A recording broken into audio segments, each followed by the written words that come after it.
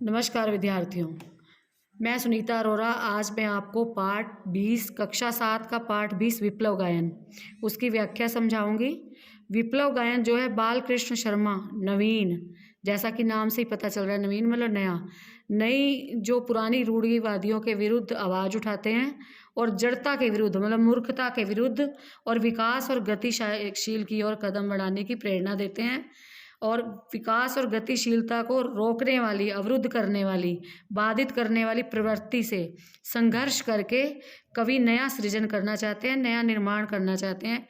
इसलिए कवि विप्लव गायन के माध्यम से परिवर्तन की हिलोर लाना चाहते हैं। तो ये जो है कवि कहते हैं कि विप्लव मतलब बदलाव, परिवर्तन, क्रांति। कवि क्या कहते हैं? कवि कुछ ऐसी तान सुनाओ जिससे उथल पुथल मच जाए, एक हिलोर इधर से आए, एक हिलोर उधर से जाए। सावधान मेरी वीणा में चिंगारियां आन बैठी हैं, टूटी हैं मिजराबें, उंगलियां दोनों मेरी ऐठी हैं। कंठ रुका है महानाश का, मारक गीत रुद्ध होता है। आग लगेगी क्षण में हृदय में, अब शुद्ध युद्ध होता है। यहाँ पे बाल कृष्ण नवीन कहते हैं कि अब जो है पुरानी चीज़ों को छोड़ देना चाहिए, मन में क्रांति की ज्वाला लाओ, उथल पुथल मच जाए। इस कविता के कवि के दो भाव हैं। एक भाव तो यह है कि जो हमारी पुरानी रूढ़िवादी परंपराएं हैं जो चली आ रही हैं सदियों से, उसको तोड़ना है।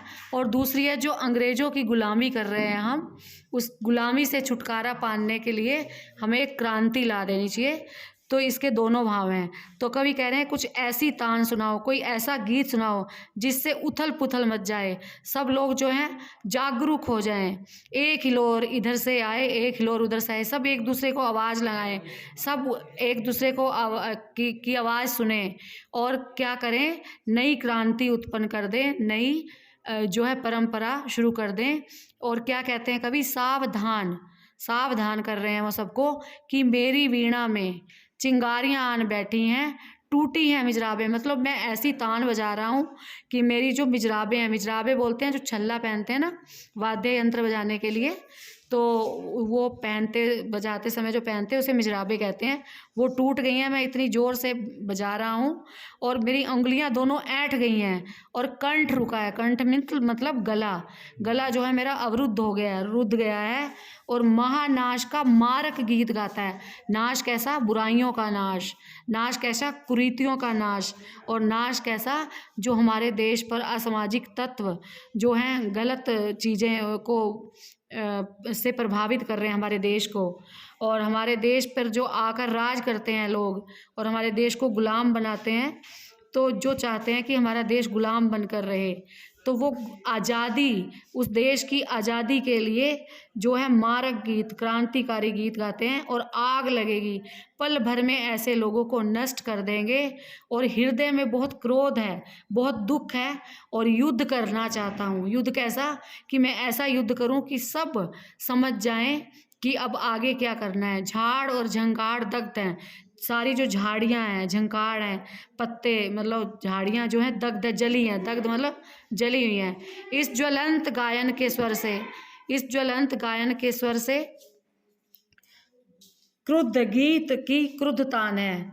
रुद्ध गीत की मतलब ऐसे रोने के गीत की क्रुद्ध, गुस्से वाली तान है मेरे जो अंतर मन से निकली हैं, मेरे जो अंतर मन से निकल रहे में है व्यापित यही स्वर।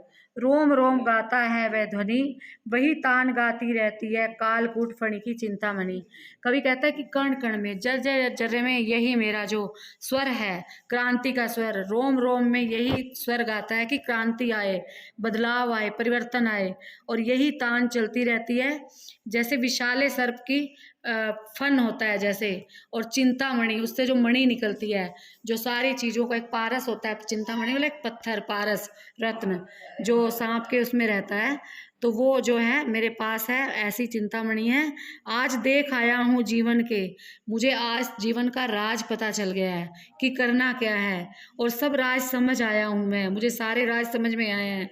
भ्रू विलास में महानाश के, हर चीज़ जो है जब परिवर्तित कब होती है?